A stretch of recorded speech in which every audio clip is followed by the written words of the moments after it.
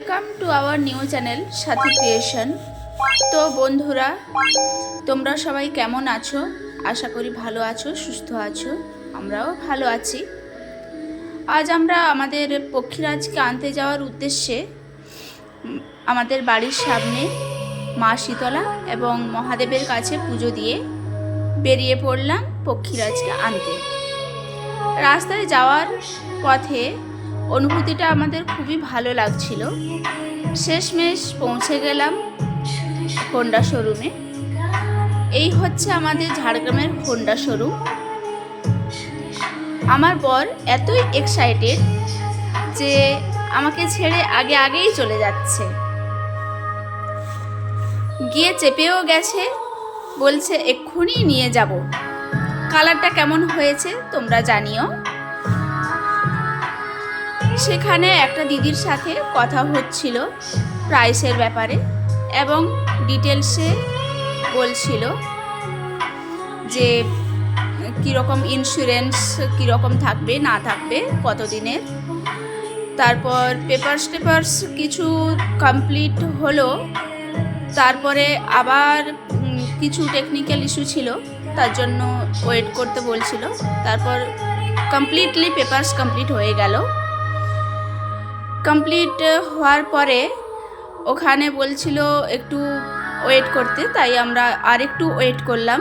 Wait করার পর ওখানে 2-3 জন দাদারা আমাদেরকে বলছিল গাড়ির ব্যাপারে কীরকম আছে না আছে, কীরকম চলবে না চলবে, কীরকম গাড়িটার ব্যাপারে। তারপর আমি একটু টেস্ট করে নিচ্ছিলাম যে গাড়িটা কীরকম আছে না আছে।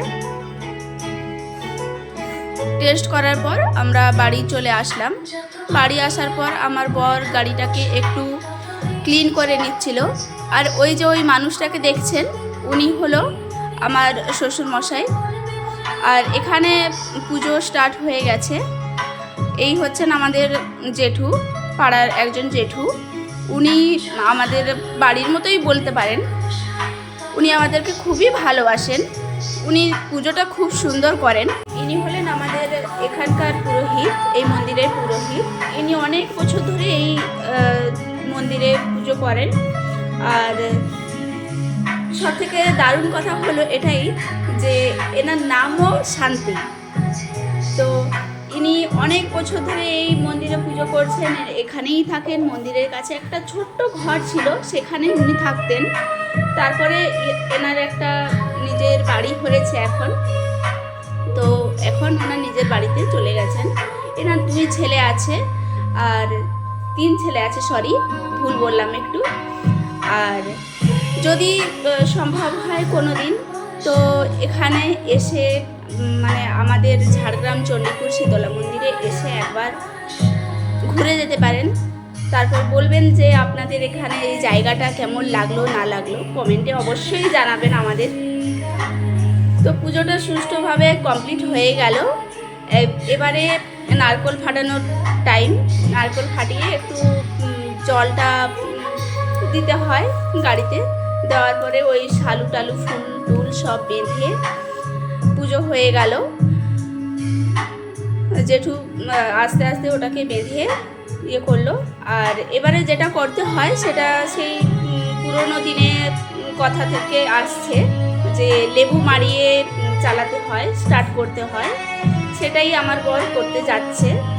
তো হয়েই গেল লেবু মারানো। তো লেবু মারানোর পরে এইবারে আমি একটু পুজো করে নিলাম, ধূপ দেখিয়ে নিলাম। তো এইভাবে আমাদের পুজোটা কমপ্লিট হয়ে গেল। পুজো কমপ্লিট হওয়ার পরে মায়ের কাছে প্রণাম করে নিলাম। এবারে যদি আপনাদের ভিডিওটা ভালো লেগে থাকে তো আমাদের সাথে থাকবেন।